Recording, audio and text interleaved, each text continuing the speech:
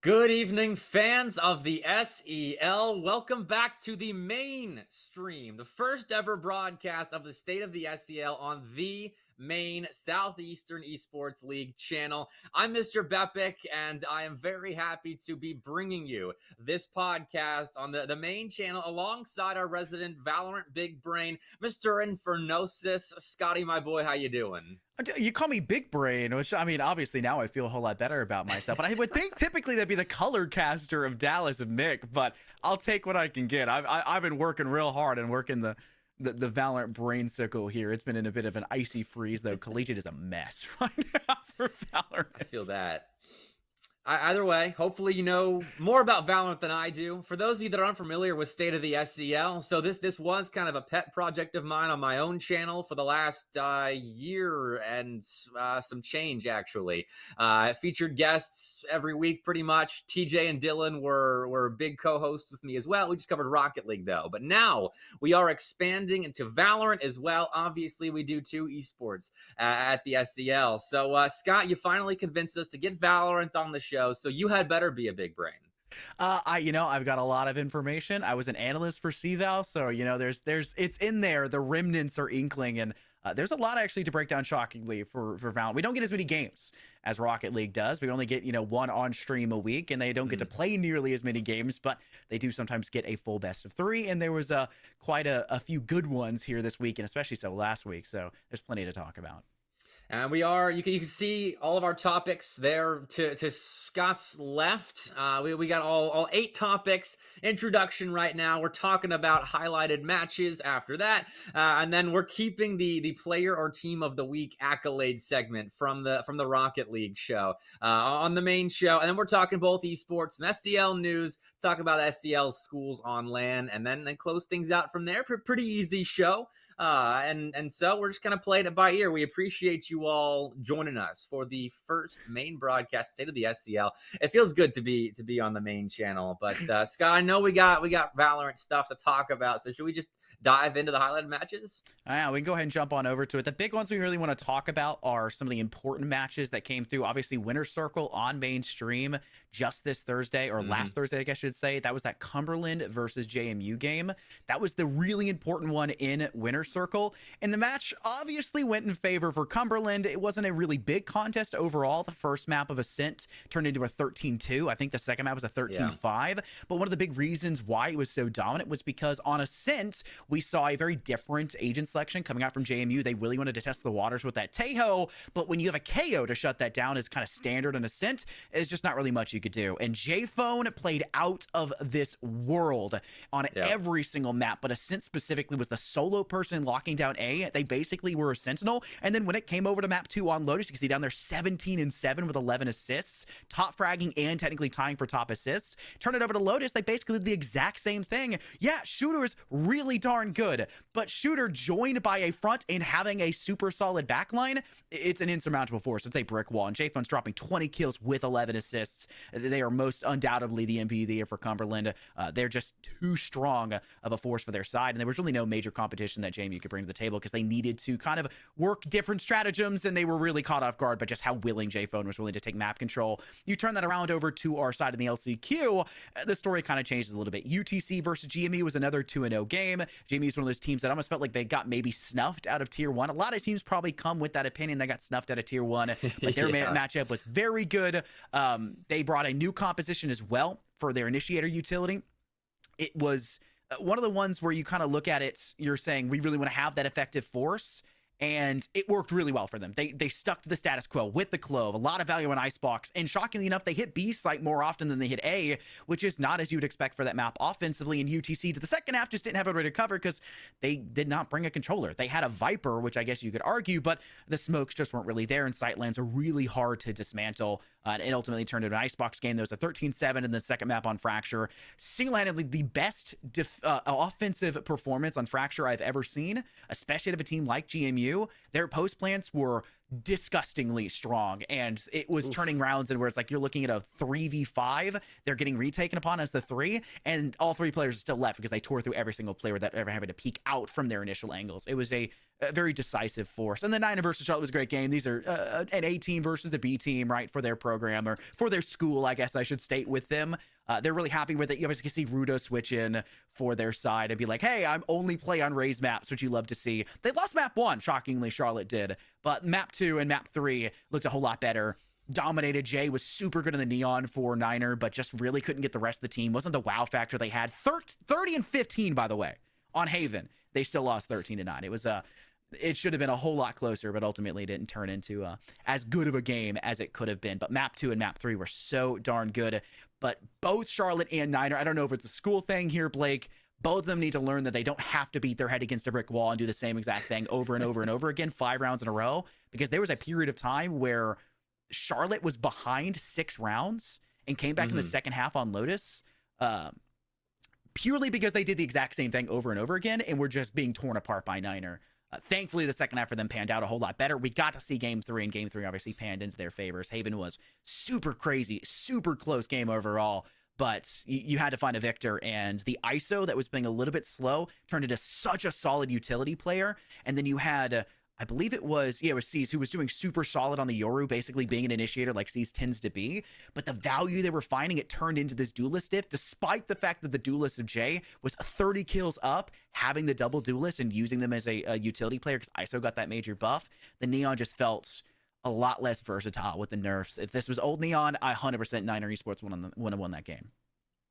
I love the tweets as well that came out from this matchup. I mean, obviously these are going to be players that are still good friends. Like Oh, the the pictures. transition from being a club program to a varsity program only brought one top team within UNCC, and so you had that varsity team in Charlotte against the top club team now, technically the B team. And I love the rivalry in there. There were some great They told us tweets. they were all good friends because we recorded that game on Thursday and we broadcast it on Friday, and so they were all in the Twitch chat on the B channel breaking it down. I was like, oh, and we even slow mode a couple of their cipher trips that were out of place. They were laughing about it, like we got to work on this. Why'd you have to highlight this?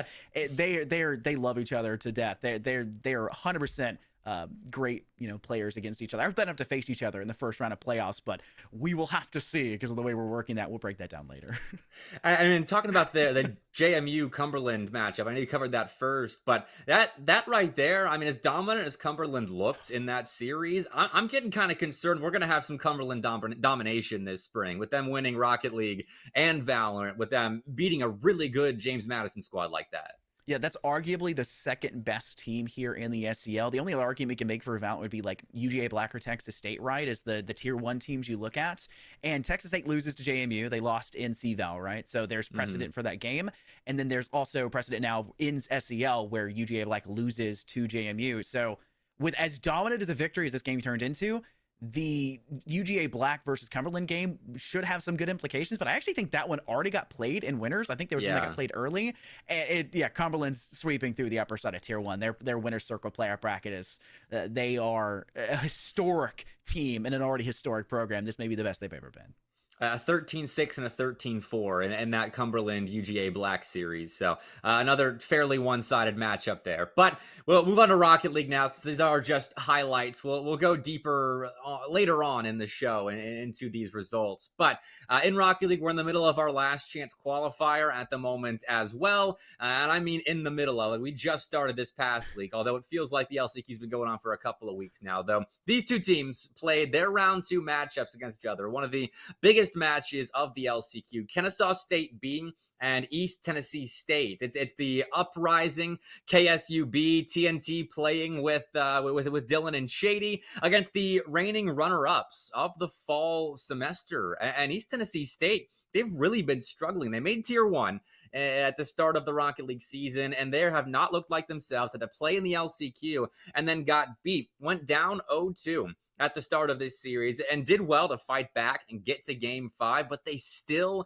came up short. So now, I mean, they've got a decent chunk of points when it comes to going to land. They, I believe, added one or two, I forget the exact number, for Springs, just for getting to the second round of the LCQ. But Scott, I don't know. The LAN race in Rocket League especially is wide open right now. I mean, for Valorant, you're looking at scary teams from the previous semester that have their seeding points in, right? And you're having to look at what is a major surge in player count for Valorant side and for team quality in Valorant side. That's scary enough, but then you look over and you have the same programs basically that are upper teams in, or even really solid teams like ETSU is possibly going to win, and I'll touch on this later, like are Rising Stars. Like this is like, you're looking at programs have to survive, and it's just it's so good to see. I'm also really shocked consistently about how few players on a Rocket League team and how many few subs they're bringing to the table. Yeah, I mean, what do you do if they're missing? You either forfeit or hope to reschedule, or have a sub on the B team, I suppose. ETSU does have a good B team, but we'll talk more about them later. Another school that has a good couple of teams at the very top. George Mason pulled off a big upset, and we talked a lot last week on State of the SEL when it was just Rocket League about the roster turmoil of the George Mason teams, and they got a huge upset over King. The A team did in round one of the LCQ. It was a 3-1 over the Tornado, which it feels heartbreaking, sending Big Wade, K-Frost, and Turbo out of the SEL, especially this is Big Wade's, I believe, last semester as a student. So his SEL career is unfortunately over at the hands of Coach Titanium, subbing in for the George Mason Patriots. And I was trying to give Scott the rundown, all the George Mason roster changes earlier. And Scott, how much did that actually register when we were talking about that? Somebody was a coach previously on the main team and then stepped out, and then they like semi-retired, I think is what you called it, from it, but then they were like a coach, and then someone from the B team had to be pulled up, and then they cemented the coach as a sub.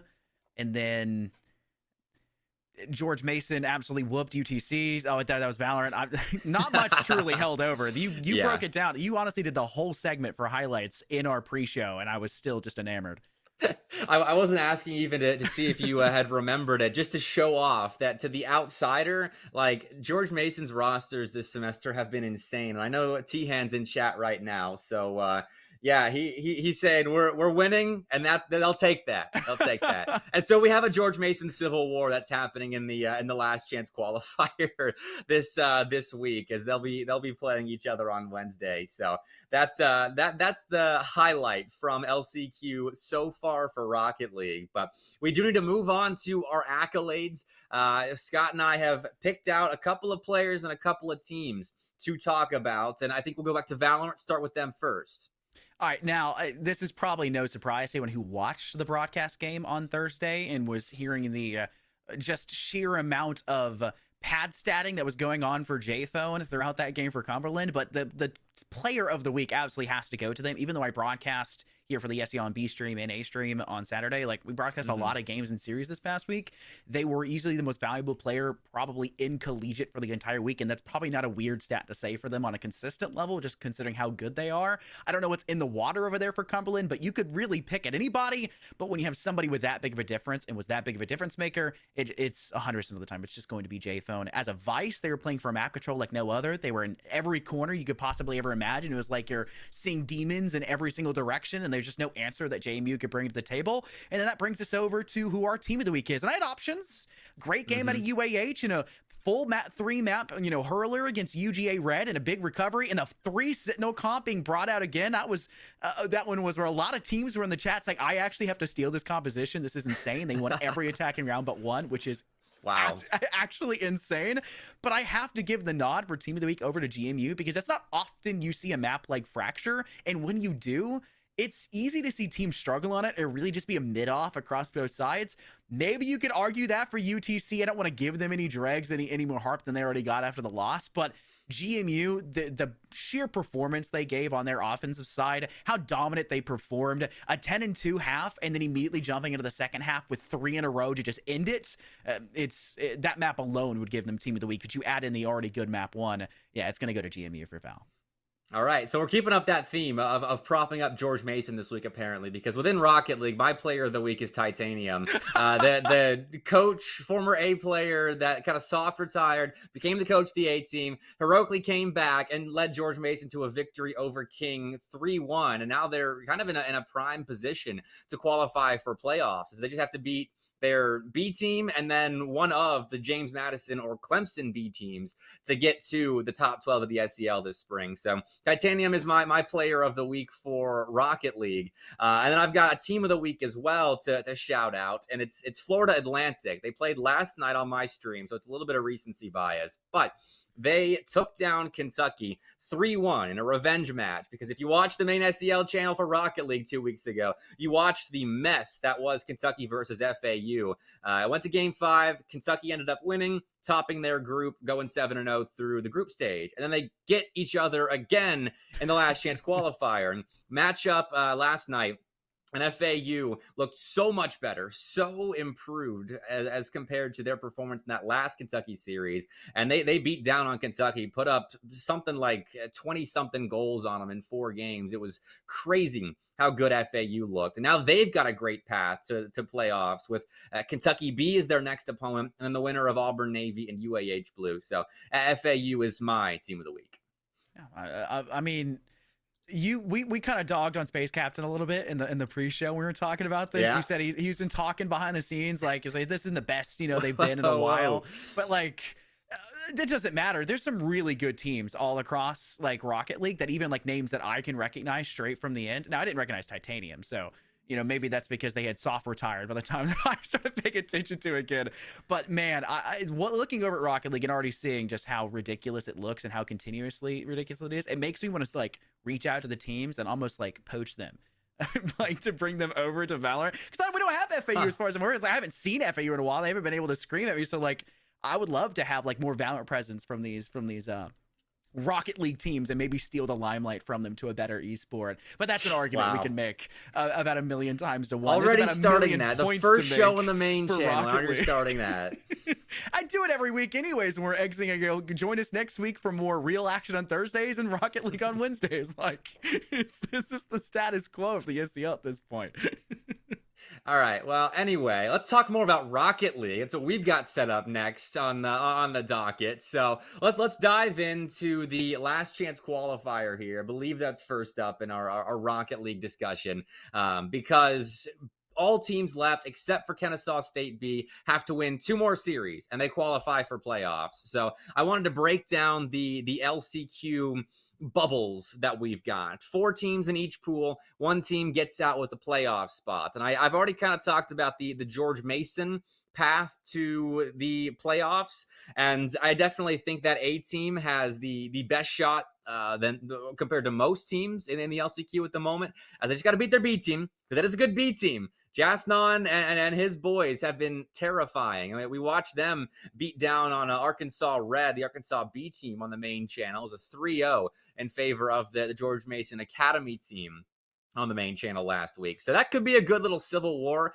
I really hope they're streaming that. But Clemson B and James Madison B should also be one of the best B team matchups that we've ever seen in SEL history, because Darth Pepe and his boys taking on Tyler and his B team boys. I have no idea who's going to get out of this matchup alive. We have so many good B teams in the SEL, Scott. It's crazy. And that's for Rocket League and Valorant too. I mean, the sheer like performance for a school, for a program on all levels. Like, you look at Cumberland as well, right? Like, we made the argument earlier. It's like they're in stage to win all of SEL. Do we give them a specific trophy at that point? Like, do we specifically ask Fred to step in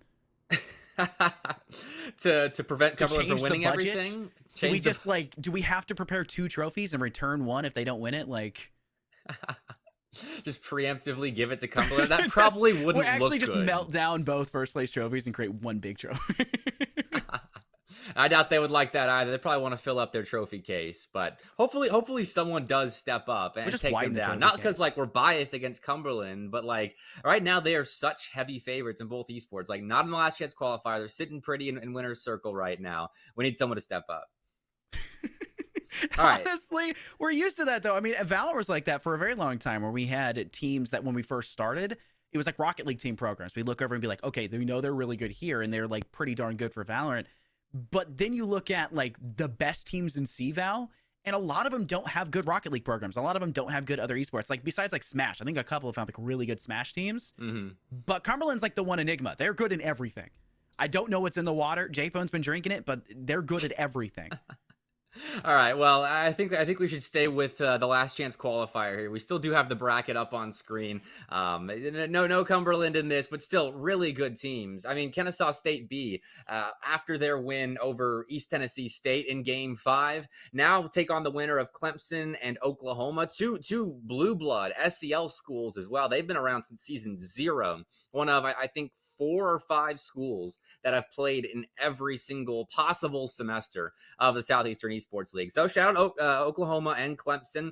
I think Oklahoma's got a good shot against KSUB. Clemson's looked a little bit rough around the edges here. They've gone through some roster turmoil the last couple of semesters. And I know Mesau's trying to lead his boys to the playoffs. And they could step up, beat Oklahoma, beat KSUB, but we'll see what happens with that one. The Owls are definitely favorites in that part of the last chance qualifier. But the group below, so competitive.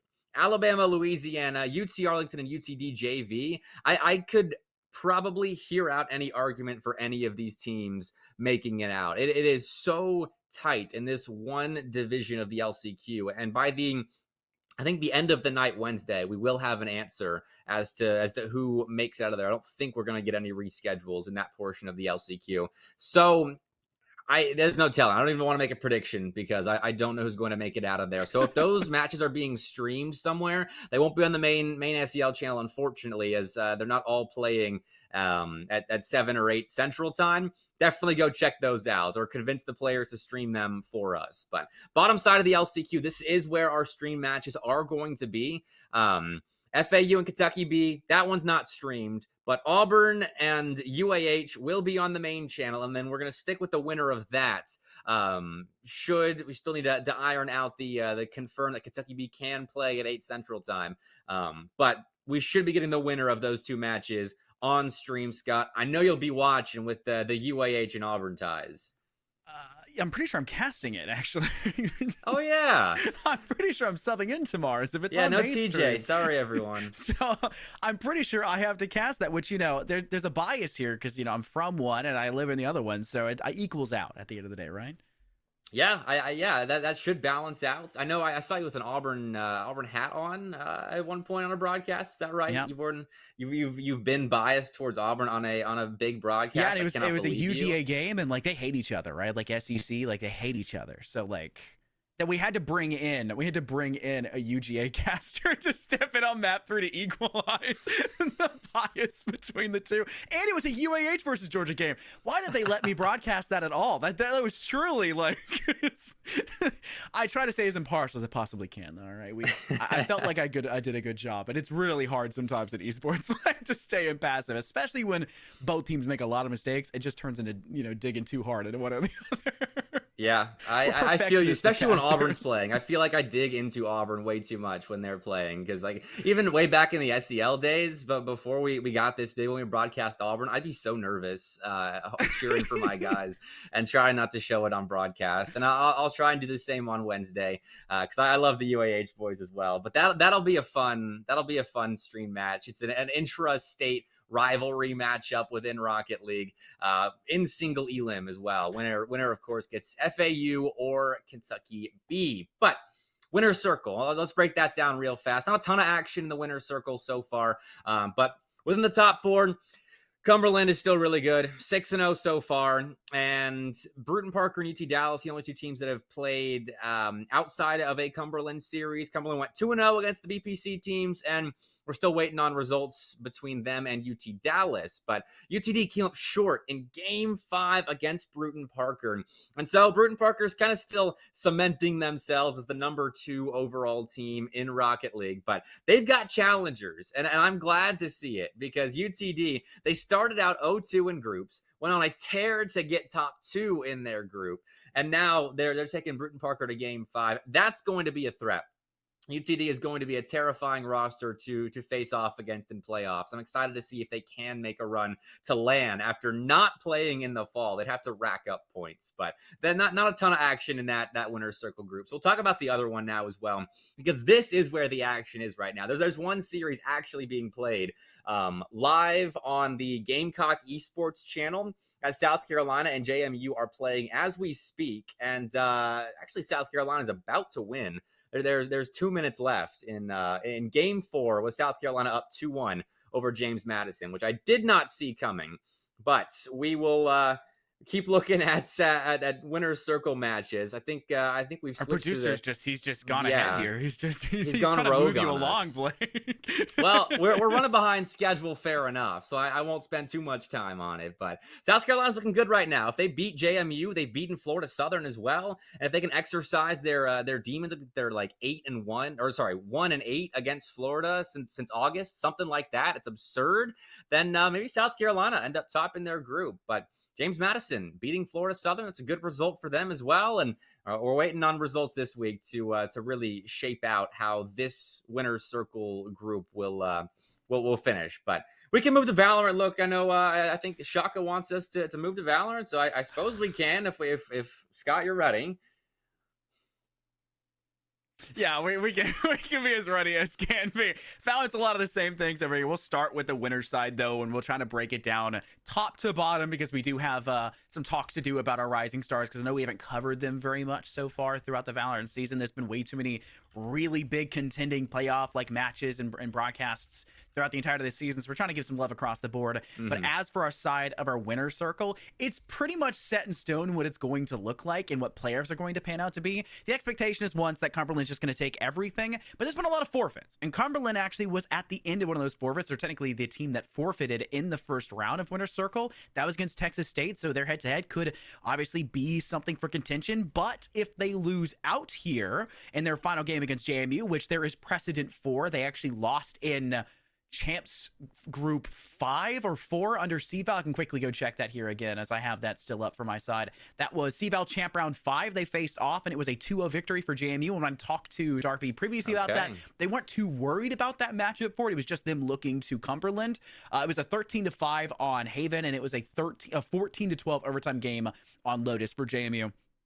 For their victory. So they aren't super concerned overall about Texas State, but obviously this is the SEL. Crazy things happen all the time, so keep your eye out for that one. But Cumberland at this rate with their 2 victories are pretty much cemented themselves. They're going to be up ahead. They'll have the head-to-head if JMU wins, and if they don't, that's going to be the bigger problem because Texas State are facing 2 losses. It should just be Cumberland at the top. But UGA Black to actually put up a better round result in terms of total rounds won against Cumberland, like you had mentioned earlier. So maybe there's an argument made there for JMU. I don't know how much ground that'll hold. JMU beat them. So there was a full, 3-map battle that came in, and this is the UGA Black roster that just won the entire previous semester and had a whole lot to say about a whole lot of teams here in the SEL and about where they stand in that, and that they were expected to continue to do that. Exactly that. And here comes the boogeyman of Cumberland Phoenix, and apparently now JMU to kind of change the overall story that unfolds. But that's our Winter Circle side. We can jump on over instead now to our LCQ. There was a couple of shockers throughout the entirety of LCQ. The big one to kind of pay attention to is near the bottom there for match 6. That was Georgia Tech and Niner Esports main team. Georgia Tech got walloped. 2-0 was an absolute shocker because we had Georgia Tech as being one of, if not the best overall tier 2 team in terms of their performance week by week and the match quality of matches they were bringing to the table. Them losing was unprecedented. And because we did not have a loser side to our LCQ, they're out and they do not have the chance to make that lane that they were really looking forward to and they spoke about in that interview I had with them. And as for Niner Esports main team, they won that out concisely and then had to face their, parent team of Charlotte Esports. Crazy. And it was an exceptionally close game. Ruda had to step in on map 2 for the Rays play, managed to give them and eke out the edge of a victory, and then had a map 3. At any of those, Niner Esports could have changed up 1 or 2 things. I think I called out in map 2 during the broadcast that they lost 4 in a row, 5 in a row from just continuing doing the same thing. And I mentioned a little bit earlier, they would have won because the map was that close. It would not even really have been a major contest. And it would have been a 2-0 for the Niner Esports main team over that parent team of Charlotte Esports. As for UTC versus Bama, UTC's proven they're a very good team. They were a tier 1 team. That's why they're the number 1 seeded team stepping into the LCQ. But Bama was kind of this force that is good and was really slept on here in the SEL. And unfortunately, they just didn't really get the best chance to prove that, but I still think they put up a great performance against them. GMU beat down UCF Knights Rising. UCF Knights Rising aren't as good as they used to be. They're still a very solid team, but it is what it is. And then the one I hate the most here, Blake, was having to see UKY forfeit in the first week of playoffs or in LCQ, which means they cannot make the playoffs and they have to say goodbye to the season. Really hurt me inside because Oklahoma then had to play against Cumberland Destiny, which was not an easy game either because it's Cumberland Destiny and Cumberland does what Cumberland does no matter what roster it is. Their first, second, third, fourth, or fifth team. It really does not matter to them. MSU, fairly overall good team, sitting middle of the pack when it came to tier 2. They lost to Charlotte. UGA Red was very good. Not shocked to see them take Blue down, who were a good team last semester and have been a fairly consistent team, but I feel like they're running into a lot of problems this semester, and you could see from their match score lines previously that was kind of the case. And then UAH took down UCF Knights Academy, and UCF had 2 teams stepping through the LCQ, and both of them had to bow out of the SEL in the first round. This is why we're getting that lower side when we step into the next semester, so pay attention to that here for the SEL. We're really looking forward to evolving, continuously growing here for programs, for teams, for individuals, and for the league as a whole. And I'm sure Blake will argue, we're doing that because everyone's pooled together, but it's mostly just Blake at this point, right? He's going to fight most of the battles. That's what we're working towards. Yeah, but I control everything. You're the operations. You lead everything. Unless you're complaining, then it's Fred's fault. That's true. No, I usually just blame Shaka or Sarah. That's actually, I take that back. Hashtag fire Sarah. That's the one we usually jump to. But that was not as easy for me. It's not as easy for you to hashtag fire Sarah? No, I can't. I know, that's the easy one. That's what we do every week on Val. Because she's just getting clips for us on Val. And she goes, I'm going to take a nap. I'm like, okay, I'll see you map 3, I guess. We get under every week for it. But the UGA UAH game was so darn good. That was easily my favorite game to watch as a actual performing game. Because while I was solo casting the first two maps, and I had the wonderful, pleasure of having somebody join me from Georgia on their broadcast and jumping over to the SEL for map 3. Map 3 was just a showcase and how a team can ultimately shoot themselves in the foot and the inability to digest information, because that was where we saw problems a lot of the time for Charlotte versus Niner, was the inability to digest information. Your duelist trying to peek for a fight, they don't realize that utility got used, and then it becomes this big macro battle of like, okay, well, I'm taking guesses at this point as if they still have this online or if there were two players in this room. And a lot of rounds were lost because the inability to digest that fast enough. There was 13 rounds at which you could digest the information that came to you on their attacking half for UAH, and Georgia still failed it every single time and created a strategy with 3 Sentinels, no duelists, might add, 3 Sentinels, that every team that was watching on broadcast goes, I'm going to have to steal this. I'm going to have to borrow this. I think there was like 2 from UTC. It was Gree. I think that's GMU actually. No, that's UTC. We talked about it in the Twitch chat. It is a scary like selection for agent selection. I don't know how many teams at the upper echelon are going to try to employ that strategy, but it was so darn effective.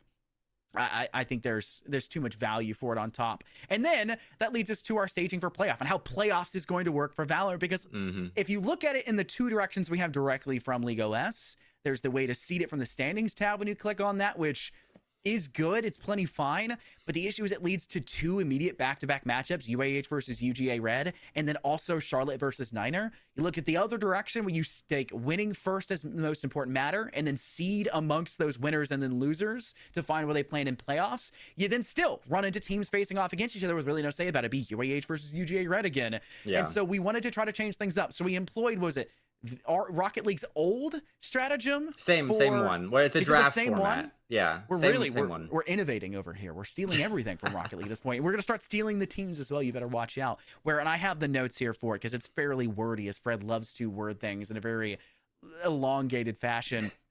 LCQ teams seed 1 through 4 select their opponents from the 4 teams preceding, so that your top 4, seeding off against the bottom 4, the losers.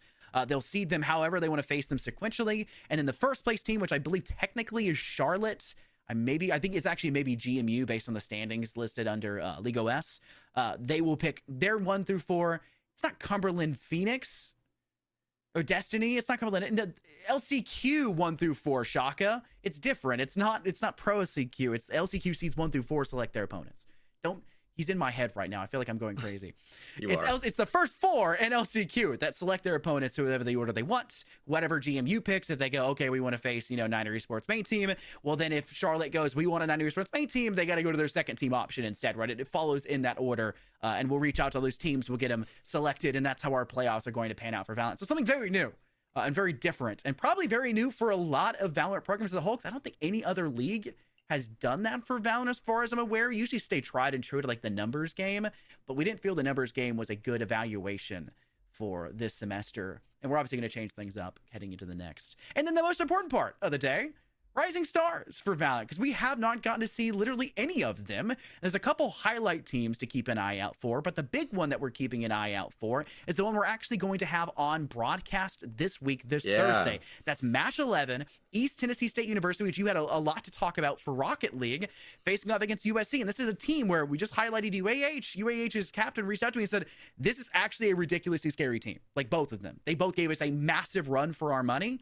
And them facing off is going to have major implications, because the likely winner of this will likely go through and easily play in the finals here for the Rising Stars. So on top of having 2 scary teams being forced to face off here, you have JMUB, who's exceptionally strong, as well as GMUB, who is a team that probably could have made it through into the LCQ. There's a lot of giants, some titans here for the Rising Stars. And then you've got UKY having a face-off against UKY. Like, you had a Niner v Niner last week. You have a UKY versus UKY this week. The SEL just really loves pitting teams against themselves, especially for Pool 6 on both Rocket League and Valorant. They had nothing but B and C teams of themselves. It's crazy how that worked out. And I love how competitive the Rising Star playoff format is for Valorant. I think Valorant, at least this season, really accomplished our goals of the whole reasoning behind having Rising Star better than Rocket League has, because Rocket League has, a lot of FFs in round 1 of Rising Star. It'll improve as we go along. But within Valorant, like we've got some top teams that are really worth discussion. Battling it out in rounds 1 and 2 of Rising Star. That's not to say that the teams in Rising Star of Rocket League aren't really good, but it's going to be a bit, I think, before we have some teams and players that can really contend with the top of Rocket League featured in Rising Star. And so here, I mean, ETSU versus South Carolina A in round 2 of a single elim bracket as well is awesome. I'm glad we're featuring it as well on the main broadcast. Yeah, I'm really looking forward to that series, especially not for the case that like we just had so many games that we felt like were really important for seeding for LCQ, and obviously were actually really. I think every matchup that we broadcast this semester for SEL ultimately led to a team either being able to make it into the LCQ or determined their seeding in a way that gave them an advantage, heavily so, to get through into playoffs themselves. So it's been an absolute ride and a pleasure this semester for Valorant, and it's unfortunate we only get so many games. So next semester, I'm going to go super heavy into the pain of having the side broadcast be a lot of the Rising Star games, because if we grow even a fraction of how much we did this semester for Valorant in terms of teams joining, and I know we have a lot of really good like CVAL top tier competing teams that are like we couldn't make it this semester, but absolutely next semester. Those games are going to be just as important, but at the same time, the value across the board will increase and the growth individually for programs and teams will increase. And it means every game is ultimately going to be an entertaining fiesta of sorts as they contend to brawl against each other. Well, I think that does it for Valorant for now. Scott, we covered everything about Val. Okay. Well, Rocket League, I do have some corrections to make real fast. The overlay was backwards with the South Carolina stream, so I was hyping them up, but they did lose to JMU. It's basically the reverse of what I said about them and James Madison. JMU won 3-1, and right now we had another streamed match going on between UT Arlington and UTD JV. Again, the last chance qualifier, and this one is in Game 5 right now. UT Arlington is up 3-1 over UTD JV at the moment, which is crazy because UTA, a tier 1 team, UTD JV, tier 2, but UT JV did go undefeated in their groups and they look good so far. They're trying to mount a comeback, but it looks like UTA is going to advance. So updates there on the Rocket League front that we did not correct, or I said incorrectly earlier, but we got SEL news to cover up right now. Because there is some within the SEL scene, some non-esports specific news to cover. And Shaka, I think, has it queued up right now. I do want to start with kind of an accolade, my coach of the day, I suppose. We wanted to give a congratulations to Coach Adam Stanley. He is leaving Bruton Parker. We're not congratulating him for that part. We're sad about that part. But he has been hired as the new director of esports at Baylor University, another D1 school, Scott, that's investing into esports. Honestly, you talk a lot about players stepping into programs and being kind of difference makers. Nothing would happen without coaches. And when you're able to see a program be as large as it is and grow as much as it is and be as consistent as it is, you know it's because of their coaching staff. You know it's because of their leadership, and 100%. This is a major shift for them, but you can already tell that Baylor's about to have one of the best programs you could possibly ever ask for. That's just how big of a change this is. This is the Tins leaving Sentinels for all you Valorant fans out there. I don't know the Rocket League equivalent. I'm not my dad. I don't pay attention to Pro Rocket League as much as I nearly should, but this is a major shift, and you know, hopefully this is the best pasture forward. Yeah, I mean, he's built up Bruton Parker extremely well. They're top dogs in Rocket League. We're top in Valorant. They were the season 4 champions of Valorant. And so really good program, Bruton Parker. And if you're looking for a director position, I know they're hiring right now. I saw the announcements in Coach Antor's Discord on the hiring page. So go and apply for that. Try your hand at taking and filling Coach Stanley's shoes. Really, wish him the best. Go into Baylor. Yeah, really big Clown shoes. You better be qualified. You got Shaq shoes to have to fit into at this point. But I mean, listen, we're Auburn fans, Blake. We know how hard it is sometimes to fill a coaching staff shoes. You don't know until you try. So. Well, hopefully Auburn as well has esports shoes to fill at some point. I know you're talking about just traditional sports, but I'm hoping that Auburn takes that step that Baylor is now. We're seeing a shift. D1 sports schools, getting into esports. So hopefully bring one back day. Gus Malzahn only for esports though, not for the football team. I want to see his crazy offensive style in Valorant. I gotta see how he cooks that up. I need the Doc Haskins equivalent here for Valorant at Auburn. That'd be a show.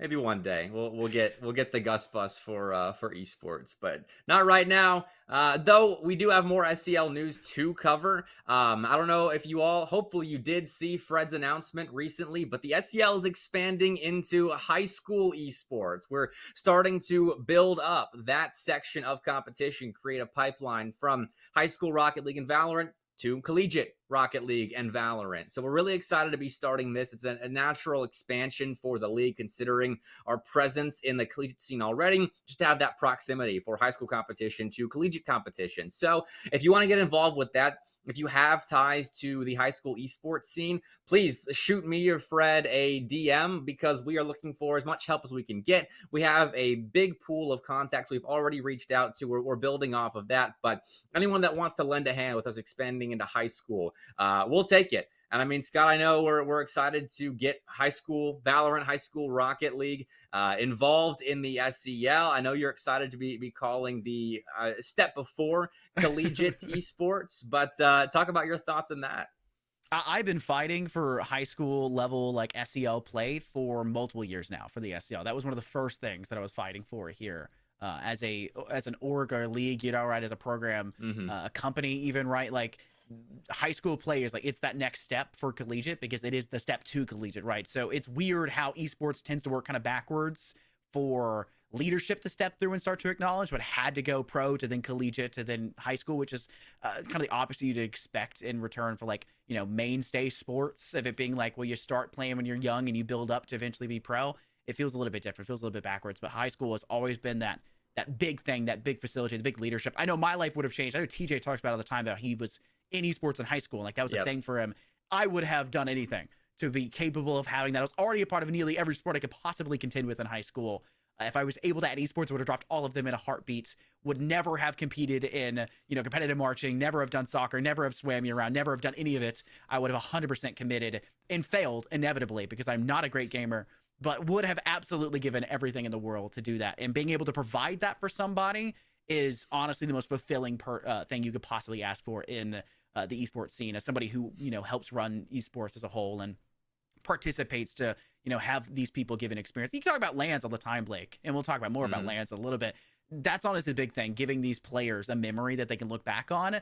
I know TJ lives in the memory of high school esports and probably will for the rest of his life because he's committing his life to esports. I'm sure it'll be the same for every player that we, provide it for. And I know there's a player out there, Sep Suna from Charlotte, who said that they had contacts. So I'm calling them out live right here, because I did as well on that Friday when we rebroadcast their game.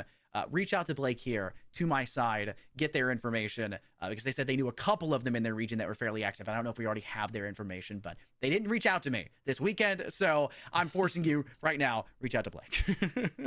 In the Discord, feel free to reach out. North Carolina is definitely a hub of high school esports with all the Vessel stuff that went down the last couple of years. A lot of support within North Carolina. So definitely get involved with that portion of the SEL, and you can do so through the committees too. I want to take this time to also make sure all of you out there that are a leader on your team or in your program know about our committees. If you're not a committee member, or your school doesn't have a committee member for Rocket League or Valorant or just general committee stuff, this is where we do a lot of our decision making, where we'll put out polls to our committee members when talking about changes within the SEL, whether it's format changes, scheduling changes, anything of the like. And we take student and faculty feedback really seriously at the SEL. So if you don't have the committee role already, reach out to me or Fred as well. We'll get you involved there. But we want as many people as possible in our committees. And that's, I believe, all the SEL news we've got. Scott, do you have anything else? No, I just can't understate how important committees are. The amount of dumb stuff I see come through are like recommended things, and we like try to send it out and we go, how about this? And then it gets shut down immediately by committees. We're like, thank you. Because looking back on it, it was really bad. We just blindsided into an attempt, and it would have been absolutely horrendous. The early start, we would have had Valorant for the SEL without the majority vote for players and all participants, right? I think the other options were like R6 and Overwatch. And look at where both those are now, huh? Much better choice here, thankfully so, because of the voice and the opinions of everyone out there. So we super evaluate those highly, more highly than probably anything else here in the SEL. I don't even think what Blake would matter as long as 2 random members of our committee said something. Blake would get shut down in an instant. Like that's just how much we value the input. So please, if you don't have a committee member for your program, get one, because they're ultimately the biggest say for you. That's not to say the committee polls are the end all be all with decision making in SEL. We got to PR train Scott on the podcast, but they are very important. And so get involved if you're not already, or if your team captain isn't involved already, make them do it if you're lazy. Either way, we want voices from every school. But it's esports, we're all lazy. Our sport is sitting down, guys. All right. as we're coming to the end of the first State of the SEL podcast on the main channel, let's highlight some SEL schools that are playing on LAN. I know there are 2 big Collegiate Rocket League LANs going on this weekend. Let's put the Bluegrass Boost Battle, hosted by SEL school, University of Kentucky. This weekend, BBB's going on. A lot of money on the line right here. We do have a couple of SEL schools going on. Look at the prize pool right there, 1,000 plus to just the winning team alone of BBB. But Kentucky is obviously playing there. I believe their A and B teams are playing. UTK Retirement Home is playing. If you're wondering who the heck that is, former SEL standouts Joe Bro and Shaka are unretiring for the weekend, and they're playing alongside Taibu, who played in the SEL for a short spell as well. So we wish the best of luck to them. And then East Tennessee State competing at BBB as well. So a lot of good LAN stuff going on here. Bluegrass Boost Battle is one of the best LANs of the semester. They have 2 a year. And Scott, I know you haven't had the chance to go to a BBB, but I know you'll be watching to see if the old UTK boys can make a run, right? I mean, at this point, I feel like Shaka has to. The only reason I really envision him participating would be to either relive the glory days, or maybe Fred's not paying him enough and he desperately needs the flush funds from a victory here. He needs that. So I'll be there rooting on Shaka to make sure that he nails everything he absolutely needs. Because when I used to watch him, I used to root against him. So I feel like I have to finally start supporting Shaka. I'm glad you've changed your ways. My resident producer. All right. You have was it one more LAN for Rocket League, right? Yes. Yeah. Collision on the Coast also happening this weekend. I'll be casting this one remote. So if you're going to be there, I will not be there. So you'll have to just message me on Discord anyway to say you're there. But we do have a lot more SEL schools competing at Collision on the Coast. This is being hosted by Virginia Wesleyan. I'll just run down the list real fast. James Madison will be there. They're definitely one of the tournament favorites. University of Georgia. I know Koopa Troop is in chat right now, so shout out Coop. Both George Mason teams will be there. And I know T-Han is excited to have his boys back at Collision on the Coast. Then Old Dominion, kind of an honorary SEL school. They competed back in the fall. King will be there as well. Another one of the tournament favorites. Kennesaw State B, definitely favored there as well. And then Full Sail Armada, again, honorary SEL school since they competed in the fall. University of Florida there. And I believe that's all of the SEL schools competing at Collision on the Coast. And this one also, several $1,000s on the line, $3,500 prize pool. And it's groups into a double elim bracket, which is massive. This one's going to be a bit of a marathon for teams competing. So we got to show the bracket as well on screen, because it is huge. Oh. You get out of groups and get to play that mammoth of a bracket on Sunday. My goodness, the length. This is, if Valorant LANs could ever have that large of a bracket, the LAN would last for about 7 days. All right, because the games just last that long. It just is an impossibility. I envy that side of Rocket League to get that much action in a set period of time and have such high level play. But for the Valorant side of LANs, it's not super great. I mean, we actually just came back from the Bloom, and we had that was a hosted event by a team here for the SEL, as well as one by a team here for the SEL, 2 different teams, but ones I sometimes mix up because their first letter is the only thing that's different when you're highlighting them, JMU and GMU, right? Both names too. It's still, it's really good to see these things happen, but it's hard to find scenarios like that for collegiate Val, especially when most organizers who would organize LANs like this, they don't get recognition from VLR, and half the time you can't get teams to compete if there's no recognition on VLR, because they just have to see the number next to their name rise up and see the winnings rise up next to their name. I would love if we were a Liquipedia based esports specifically, like R6 is, like Rocket League is looking like it is, right? Like I wish, but VLR has a chokehold on Valorant. But there is, coming up in the next couple of months for the in scene for collegiate. We have Rally Cry there in San Antonio, so that's a local LAN for the South that's being hosted.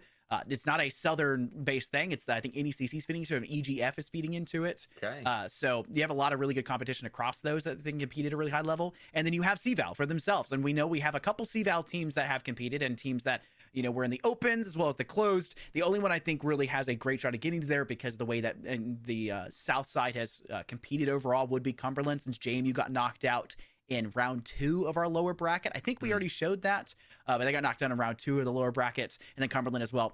They have a chance to have to face off again against, who is it? I guess I had the notes for it. Oh, we're bringing it back up. Thank you very much. They have a chance to have to face off again in the lower bracket round 5 against UTD or UST, which I think would be a really scary game, as well as rematch against NC State. And NC State would like to win this because they wouldn't have the best chance possible to make it to their own land, right, and participate in more than just helping with the production crew or whatever it may be at the time. But I know that the last CVAL event that happened in Boise previously, I was there, was an amazing land experience for all the players involved and for everyone that was participating. So I'm sure if Cumberland can get involved, especially with how avid their program is, and, for these players that have already made the journey here to the States to participate like this, it would be even bigger for them to be able to make that LAN. If only, though, it was located at Riot Arena like it used to be back 2 years ago. But yeah. I honestly kind of like the touring of the nation for all the universities. Like, I feel like it adds an extra layer for collegiate, but it doesn't mean you get to take pictures at Riot Studios, which is obviously a little lacking. For players, I feel like those pictures from 2 years ago were so cool at Riot Studios. Yeah, I wish I could go to Riot Studios, especially as a player, express my either hopeful suggestions or discontent with disabling Reyna, so I can't insta lock Reyna in games anymore. But I do have a question. Like, in CVAL, are Cumberland the favorites here? Are they the best of the best? For South, I would argue they are the favorites. If you scroll up here, Shaka, you will see how ludicrous this tends to be. So this is obviously our champ side. Can you see scroll? This is obviously our champ side, but there are, if you go over back to information in participants, there's like 6 pages of teams in each region. Oof. There's a ton of teams across CVAL, and you have your North, your West, your South, and your East. Cumberland is the favorite for South, which is kind of the important one for us, right? Obviously being the SEL, but how they would pan out against the teams across the board, it's a really tough question, because I believe UTD is having a really good season, but they're in South, and I think they actually got dropped to lower bracket, if I recollect correctly. So they have to like fight for their chance in that lower bracket final to get into the grand final. But in CVAL, it honestly, UST probably could have beaten every team through and probably should have been facing Cumberland. Okay. I think that West Virginia game was crazy result to see UST lose out 2-1.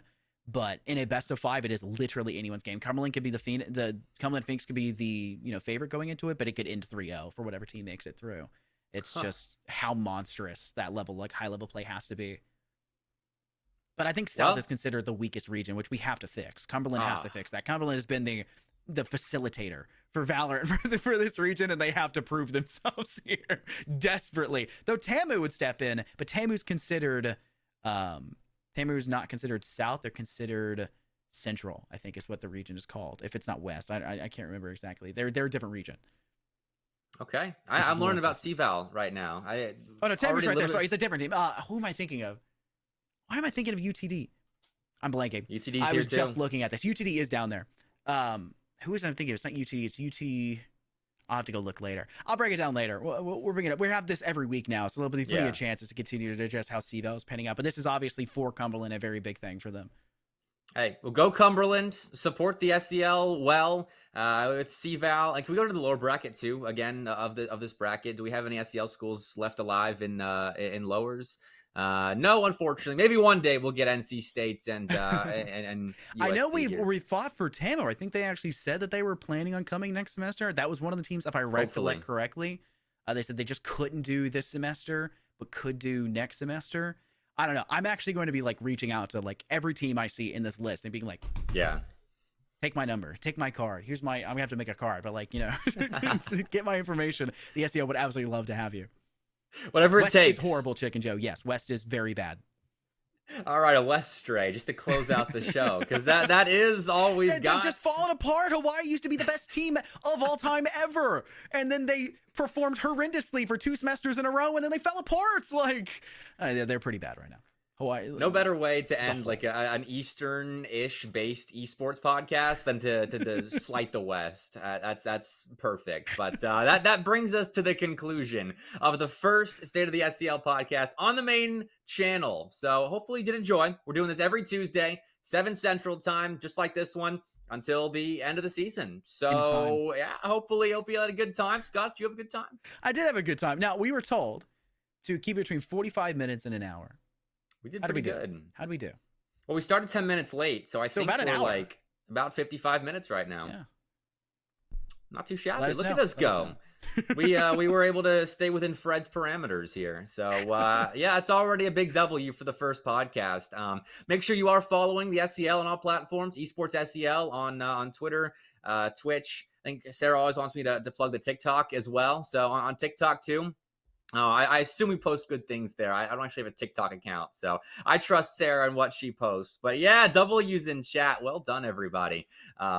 Sarah even said and TikTok in chat. I got you. Don't worry, Sarah. But make sure you're following us everywhere. Follow Mr. Scotty Boy at Infernosis right there. At Pepiccasts for me if you'd like to follow me as well. But we'll be back next week. Don't worry, Coop. We will be returning tomorrow as well on Rocket League. Scott's doubling up this week. He's filling in for Mr. DJ TJ for the Rocket League broadcast tomorrow. So that'll be 7 Central, 8 Central for our 2 Rocket League series. And then you'll see Scott's beautiful face again on Thursday. He's just going back to back to back on the main channel for Valorant along with Dallas. So thank you all for watching. We'll get you out of here under an hour, just like Fred requested. So thank you all for tuning in. We'll see you tomorrow for Rocket League. Much love. Have a good night, guys.